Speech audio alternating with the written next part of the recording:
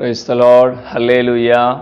ഈശോയിൽ ഏറ്റവും സ്നേഹമുള്ളവരെ, പരിശുദ്ധ അമ്മയുടെ ജനന തിരുനാളിന് ഒരുക്കമായ 3-ാം ദിവസത്തെ പ്രാർത്ഥനയിലേക്ക് നമ്മൾ പ്രവേശിക്കുകയാണ്. ഇന്ന് പരിശുദ്ധാത്മാവ് നമുക്ക് തരുന്ന ദൈവവചനം ലൂക്കായുടെ സുവിശേഷം 1-ാം അധ്യായം 29-ാമത്തെ വചനം. ഈ വചനം ശ്രവിച്ചപ്പോൾ അവൾ അസ്വസ്ഥയായി. ഈ അഭിവാദനത്തിൻ്റെ അർത്ഥം എന്ത് എന്ന് അവൾ ചിന്തിച്ചു. പ്രിയമുള്ളവരെ, പരിശുദ്ധ അമ്മ നമുക്ക് പറഞ്ഞു തരുന്നത് ദൈവവചനം അസ്വസ്ഥത സൃഷ്ടിക്കുമെന്ന് തന്നെയാണ്. പരിശുദ്ധ അമ്മയുടെ ജീവിതത്തിൽ അത് അസ്വസ്ഥത സൃഷ്ടിച്ചു. നമ്മുടെയൊക്കെ ജീവിതത്തിൽ കർത്താവിൻ്റെ വചനം അസ്വസ്ഥത സൃഷ്ടിക്കണം. അത് നശിപ്പിക്കാൻ വേണ്ടിയല്ല, അത് വിശുദ്ധീകരിക്കാനും ശക്തിപ്പെടുത്താനും വേണ്ടിയാണ്. എബ്രായ ലേഖനം 4-ാം അധ്യായത്തിൻ്റെ 12-ാമത്തെ വചനം നമ്മെ ഓർമ്മപ്പെടുത്തുന്നില്ലേ? കർത്താവിൻ്റെ വചനം ഇരുതല വാളിനേക്കാൾ മൂർച്ചയേറിയത്, സന്ധിബന്ധങ്ങളിലും മജ്ജയിലും ചേതനയിലും തുളച്ചു കയറി ഹൃദയത്തിൻ്റെ വിചാരങ്ങളെയും നിയോഗങ്ങളെയൊക്കെ വിവേചിക്കുന്നതാണ്.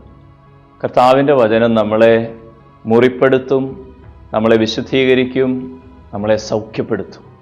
വിട്ടുകൊടുക്കണമെന്ന് മാത്രം. ദൈവവചനത്തിൻ്റെ മുന്നിലേക്ക് കടന്നു വരാനുള്ള ധൈര്യം നമുക്കുണ്ടാകട്ടെ. അമ്മ ഇന്ന് നമ്മോട് ആവശ്യപ്പെടുന്നത് അത് തന്നെയാണ്. ജോബിൻ്റെ പുസ്തകത്തിൽ 5-ാം അധ്യായം 17-18 വചനം പറയും, കർത്താവ് ശാസിക്കുന്നവൻ അനുഗ്രഹീതൻ, സർവശക്തൻ്റെ ശാസനയെ അവഗണിക്കരുത്. കർത്താവ് മുറിപ്പെടുത്തും, എന്നാൽ അവൻ സൗഖ്യപ്പെടുത്തും.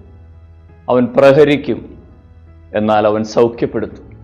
നമ്മുടെ ജീവിതത്തിൽ കർത്താവിൻ്റെ വചനത്തിൻ്റെ മുൻപിൽ നിൽക്കാനുള്ളൊരു കരുത്തിന് വേണ്ടി നമുക്കിന്ന് പ്രാർത്ഥിക്കാം. വിശുദ്ധ ആത്മാക്കളൊക്കെ വചനത്തിൻ്റെ മുൻപിൽ നിന്ന് വിശുദ്ധീകരിക്കപ്പെട്ടവരാണ്. മിസ്റ്റർ ഫ്രാൻസിസ് സേവിയറിനെ മത്തായി സുവിശേഷം 16-ാം അധ്യായം 26-ാമത്തെ വചനമാണ് വിശുദ്ധീകരിച്ചത്. നമുക്കറിയാം. വിശുദ്ധ അഗസ്തീനോസിനെ റോമാക്കാർക്ക് എഴുതിയ ലേഖനം 13-ാം അധ്യായം 11 മുതലുള്ള വചനമാണ് വിശുദ്ധീകരിച്ചത്. ആ വിശുദ്ധീകരണം സംഭവിച്ചത് വലിയ അസ്വസ്ഥതയിലൂടെയാണ്.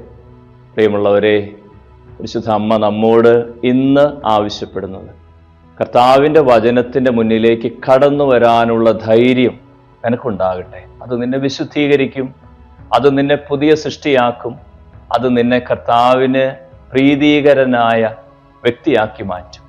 നമുക്ക് പ്രാർത്ഥിക്കാം. ദൈവവചനത്തിൻ്റെ മുൻപിൽ തുറന്നു നിൽക്കാനുള്ള കരുത്ത്. ലൂക്കാസ് വിശേഷം 19 അധ്യായത്തിൻ്റെ 9-ാമത്തെ വചനത്തിൽ അങ്ങനെ നിന്ന ഒരു മനുഷ്യനോട്, സഖ്യവൂസിനോട് ഈശോ പറഞ്ഞില്ലേ, ഇന്ന് ഈ ഭവനം രക്ഷ പ്രാപിച്ചിരിക്കും. ദൈവവചനത്തിൻ്റെ മുൻപിൽ നിൽക്കുമ്പോൾ, ആ അസ്വസ്ഥതകൾക്ക് വിധേയപ്പെടുമ്പോൾ, ഞാൻ രക്ഷയിലേക്ക് കടന്നു വരികയാണ്, ഞാൻ പുതിയ മനുഷ്യനായി തീരുകയാണ്. യോഹന്നാൻ 15:3 സംഭവിക്കുക, ഞാൻ നിങ്ങളോട് പറഞ്ഞ വചന നിമിത്തം നിങ്ങൾ ശുദ്ധിയുള്ളവരായിരിക്കും. കർത്താവിൻ്റെ വചനം നമ്മളെ ശുദ്ധീകരിക്കട്ടെ. ദൈവവചനത്തിന് മുന്നിലേക്ക് നമുക്ക് കടന്നു വരാം. ദൈവം നമ്മെ അനുഗ്രഹിക്കട്ടെ. ആമേൻ.